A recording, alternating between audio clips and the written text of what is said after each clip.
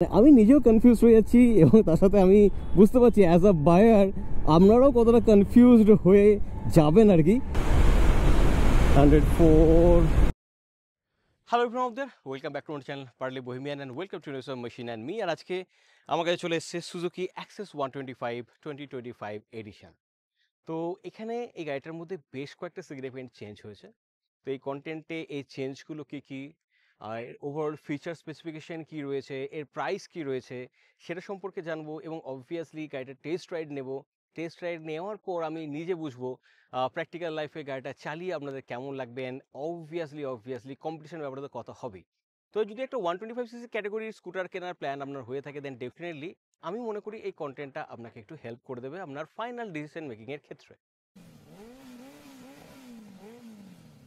তো Suzuki access 125 2025 variant, তো বেশ কয়েকটা চেঞ্জেস এসছে। সেই চেঞ্জেসগুলো কী কী সেই ব্যাপারে কথা বলার আগে ফার্স্ট অফ অল এর ডাইমেনশন রিলেটেড কিছু ইনফরমেশন শেয়ার করে দিই আপনাদের সাথে। তো এই স্কুটারটার গ্রাউন্ড ক্লিয়ারেন্স 160 মিলিমিটার, ডিসেন্ট বলতেই পারেন।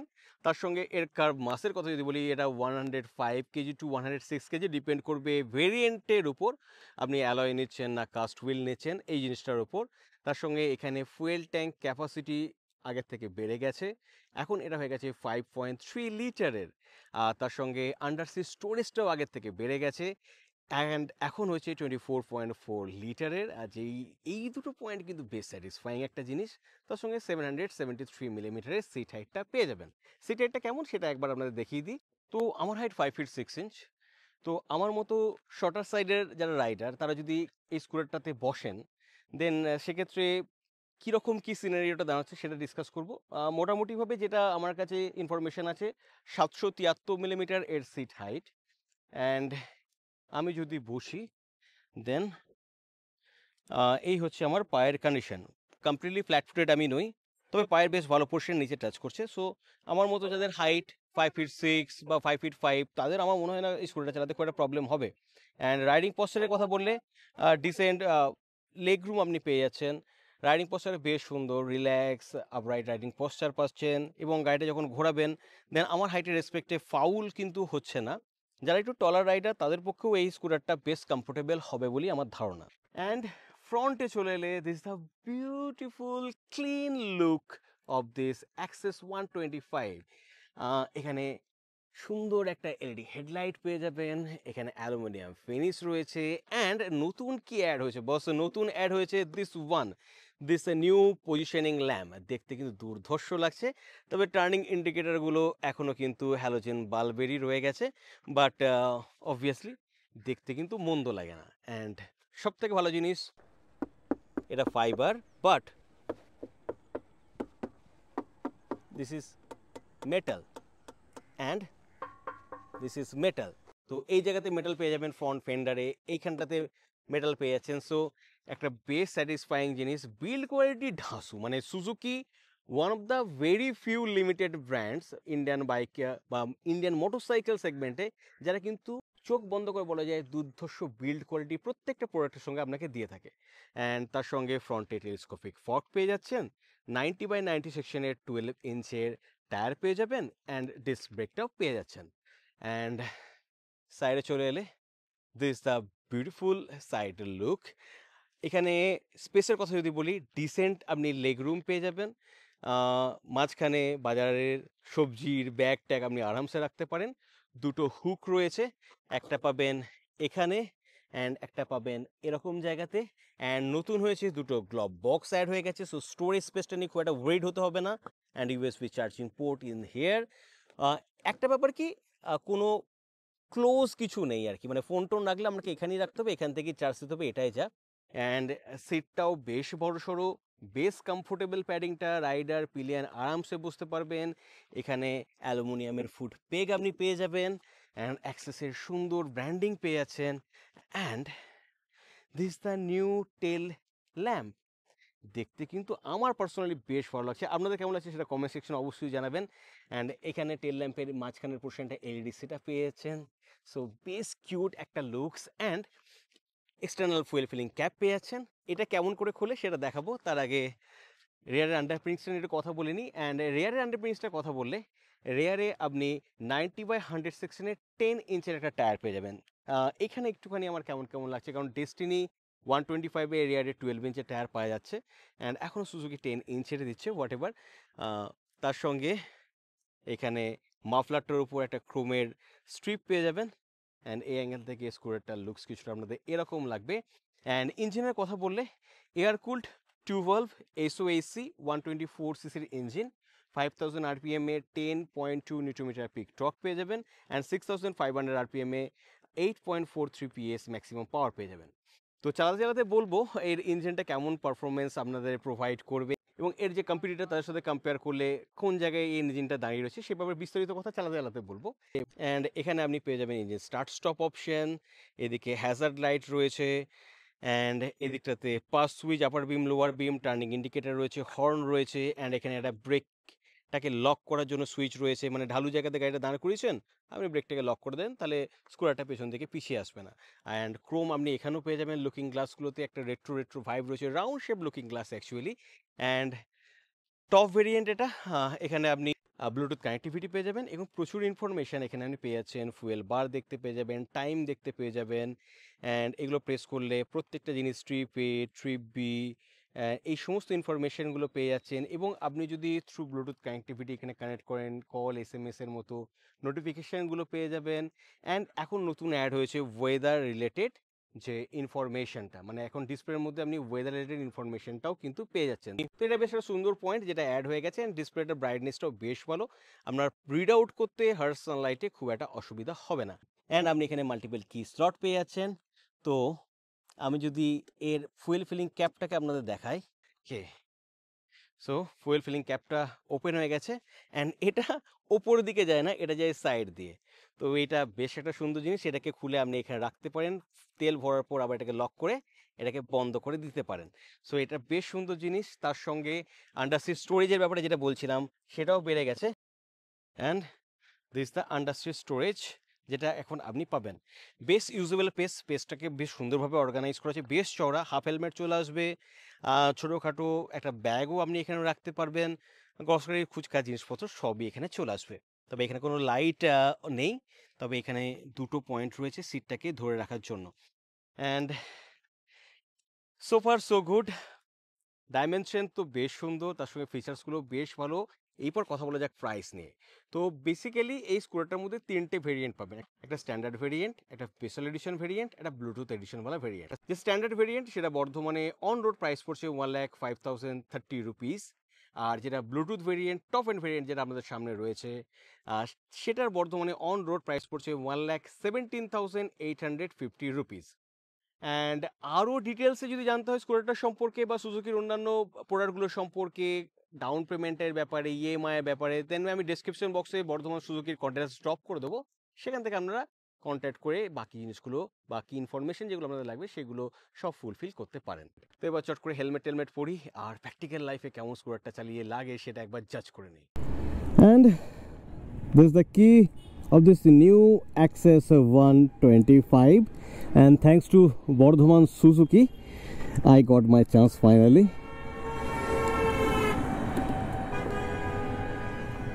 So very practical full digital display. তো কাগজের কথা অনেক হয়ে গেছে বস, এরপর অন রোড চালিয়ে দেখি how it's feel. Okay, silent start স্টপের ব্যাপারটা এখানে পাচ্ছেন না, অ্যান্ড অনেক কটা জিনিস সম্পর্কে কথা বলতে হবে, কারণ টাটকার ডেস্টিনি 125 চালিয়েছি, অ্যান্ড এই স্কুটারটার মধ্যে বেশ কয়েকটা সিগনিফিকেন্ট চেঞ্জেস এসছে। দেন আবার মানে আমি নিজেও কনফিউজ হয়ে যাচ্ছি, এবং তার সাথে আমি বুঝতে পারছি অ্যাজ আ বায়ার আপনারাও কতটা কনফিউজড হয়ে যাবেন আর কি, মানে কন্টিনিউয়াসলি আপগ্রেডেশন আসে স্কুটারগুলোর মধ্যে, বাইকগুলোর মধ্যে। সো ডিসিশন নেওয়া খুব টাফ, তো এই টাফ ডিসিশনটা যাতে আরও সহজ হয় আপনাদের নিতে, তো সেটাতে একটুখানি হেল্প করে দেবো আর কি, চেষ্টা করবো অ্যাটলিস্ট। অ্যান্ড বাইপাসের দিকে যাব, আর এর টপ এন্ড পাওয়ারটা চেক করব, ব্রেক চেক করব, ফুয়েল এফিসিয়েন্সির ব্যাপারে কথা বলবো, রাইডেবিলিটি, কমফোর্ট, এই সব ব্যাপারে কথা বলবো। অ্যান্ড অনেকটা এক্সপেকটেশন নিয়ে আছি। তার অনেক কটা রিজন আছে। অ্যান্ড বাইপাসের ওইদিকে একটুখানি ব্যাড প্যাচ রয়েছে, রাস্তার কাজ চলছে, রাস্তাটা কাটা। তো সাসপেনশনের গল্প থেকেই শুরু হবে এবং প্র্যাকটিক্যাল লাইফে সাসপেনশনটা কতটা হেল্পফুল সেটা তো পরখ করে দেখতেই হবে। অ্যান্ড এই সিগন্যালটা খায় মস্ত time. So okay, thank you. হর্নটা কেমন একটা পিপি horn, and this is the condition of road. So হর্নটা ইজ নট দ্যাট পাওয়ারফুল। তো এই ধরনের রাস্তাটাতে বস ডিসেন্ট কমফোর্ট আমি পেয়ে যাচ্ছি, তবে একটুখানি বড় গর্ত আমার লাগবেই। কারণ আগে অ্যাক্সেস সম্পর্কে আমার যে ধারণাটা আছে আর কি, আগে যখন চালিয়েছিলাম অ্যাক্সেসের সাসপেনশনটা অনেক স্টিফার সাইডে, তার জন্য অস্বাভাবিক একটা ভালো হ্যান্ডেলিং আপনি পেয়ে যাবেন। কর্নারে স্কুটারটাকে পুশ করুন, নো ইস্যু। শহরের ভেতরে ছোট্ট ছোট টার্নগুলো নিন, নো ইস্যু। হাই স্পিড স্টেবিলিটিটাও মারাত্মক ভালো ছিল। অ্যান্ড সাসপেনশন বেশ সুন্দর, মানে কম্পোজড, না মারাত্মক স্টিফ না মারাত্মক লুক, মানে সফট, এটা আমি বলতে পারি। যেমন এই জায়গাটা রেয়ারের সাসপেনশনটা ডেফিনেটলি একটুখানি ঝটকা আপনাকে দেবে, কিন্তু ফ্রন্ট এটার বেশ সুন্দর। ওভারঅল ডিসেন্ট কমফোর্ট আপনি পেয়ে যাবেন এবং সিটটাও বেশ বেশ সাপোর্টিভ। তো পাবলিক রোড, চট করে একটা অ্যাক্সেলারেশন টেস্ট হয়ে যাক, অ্যান্ড যেতে যেতে কথা বলবো। So ready, here I go. Okay boss,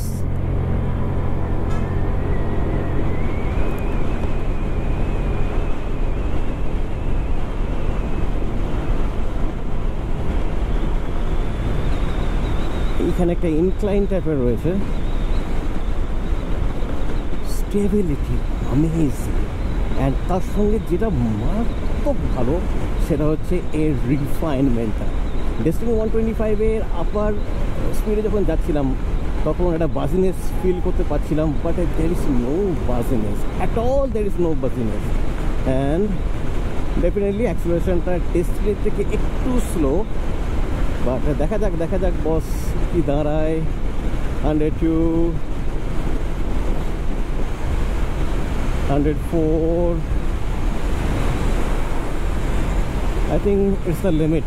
103, 4, whatever it is, মারাত্মক রিফাইন একটা ইঞ্জিন। মানে 5000 RPM এর পিক টর্কটা চলে আসছে 10.2 নিউটন মিটার, আর তার সঙ্গে নিয়ার অ্যাবাউট 6500 RPM এর যে ম্যাক্সিমাম পাওয়ার 8.43 PS এর মতো, সেটা আপনি পেয়ে যাবেন। কিন্তু মজাটা হচ্ছে ডেস্টিনি 125-এর থেকে এর যে টপ এন্ড যে পাওয়ারটা বা যেটা এটা শো করছে অ্যান্ড যে টর্কটা, সেটা কিন্তু অনেক কম RPM এটা প্রডিউস করছে। এবং টর্কের ক্ষেত্রে 0.2 Nm এর টর্কটা কম, অ্যান্ড পাওয়ারের ক্ষেত্রে সামান্য, মানে 0.2 এর মতোই PS এর মতো এর পাওয়ারটা একটু কম। কিন্তু যে কম RPM এটা প্রডিউস করছে এই স্কুটারটা, তার জন্য যেটা হচ্ছে একটা আলটিমেট রিফাইনমেন্টের এক্সপিরিয়েন্স আপনি পাবেন, যেটা মাইন্ড বগলিং। মানে 125cc ক্যাটাগরিতে একটুখানি থ্রিল পাবো, হ্যান্ডেলিংটা ভীষণ শার্প পাবো, অ্যান্ড তার সঙ্গে যেটা পাবো সেটা হচ্ছে বেশ ভালো ব্রেক। সেটা কি পাবো আদৌ? একবার টেস্ট করে দেখে নিই। ফ্রন্ট ব্রেকের পালা ডেফিনেটলি ড্যাম গুড, অ্যান্ড স্পিডটা বাড়াবো। রিয়ার ব্রেকের পালা, ও মাই গড, মারাত্মক শার্প বাইট রেয়ার ব্রেকটার বস। আমি ভয় পেয়ে গেছিলাম যেভাবে আমাকে ফট করে দাঁড় করে দিল। সো ব্রেকও দুর্ধর্ষ ভালো। লুকস ভীষণ সাবজেক্টিভ, আপনাদের যদি লুকস ভালো লাগে দেন তো বস কোনো কথা হবে না। সুতরাং হ্যান্ডেলিং সুপার, ব্রেক সুপার, রিফাইনমেন্টটা আনম্যাচেবল, এটা আমি বলতে পারি। অ্যান্ড এখান থেকে আমরা বাঁ দিকে একটু ঢুকে যাই, সাইড লেনটা নিয়ে নিই, অ্যান্ড তার সঙ্গে সিটটা ডিসেন্ট কমফোর্ট আপনাকে দিয়ে দিচ্ছে। আর যদি আমি ফুয়েল এফিসিয়েন্সির কথা বলি, দেন বস ডিপেন্ড করবে আপনার রাইডিং স্টাইলের উপর।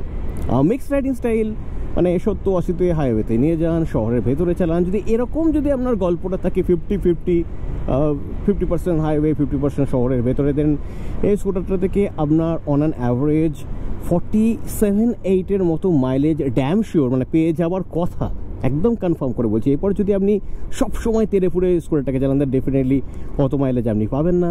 একটু ভালোবেসে চালালে হাইওয়েতে একটা সুন্দর স্পিড মেনটেন করে যদি চলেন 60-60-এর মতো, দেন ডেফিনেটলি মাইলেজটা 50+ আপনাকে কিন্তু দিয়ে দেবে গাড়িটা। সো প্রবলেম একটাই, দিস হর্ন। তাছাড়া কিন্তু স্কুটারটার মধ্যে আপনার এখনও পর্যন্ত কোনো প্রবলেম আমি পাইনি।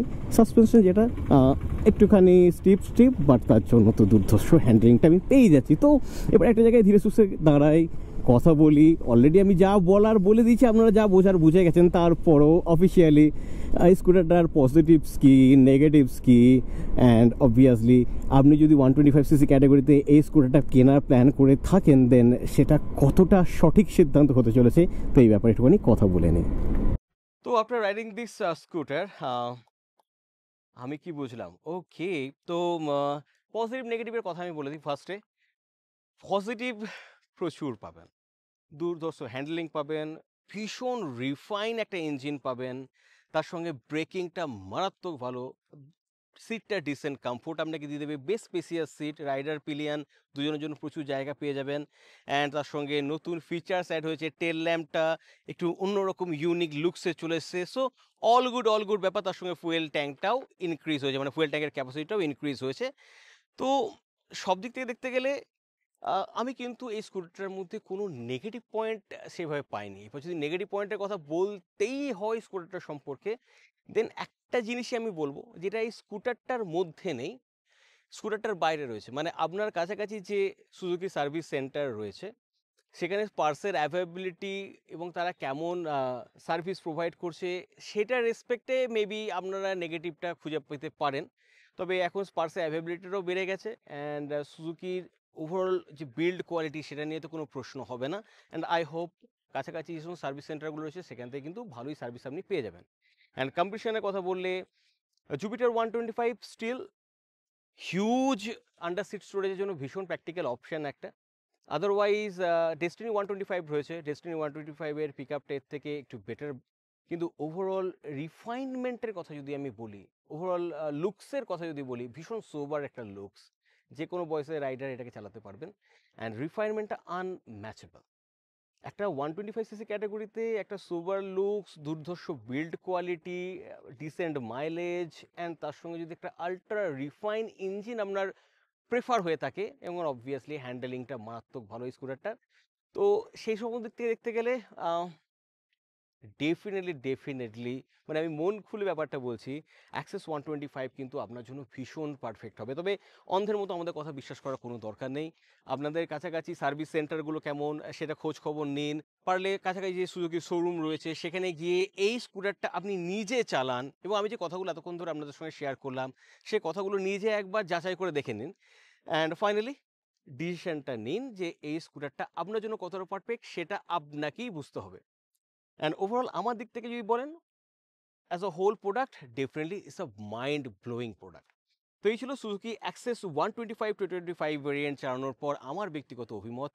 এই স্কুটারটা আপনাদের কেমন লাগলো এবং এই কন্টেন্টটা কেমন লাগলো, সেটা কমেন্ট সেকশনে অবশ্যই জানিয়ে দেবেন। এবং আমার কাজ যদি ভালো লেগে থাকে, প্লিজ চ্যানেলটাকে সাবস্ক্রাইব করতে, লাইক করতে, শেয়ার করতেও ভুলবেন না।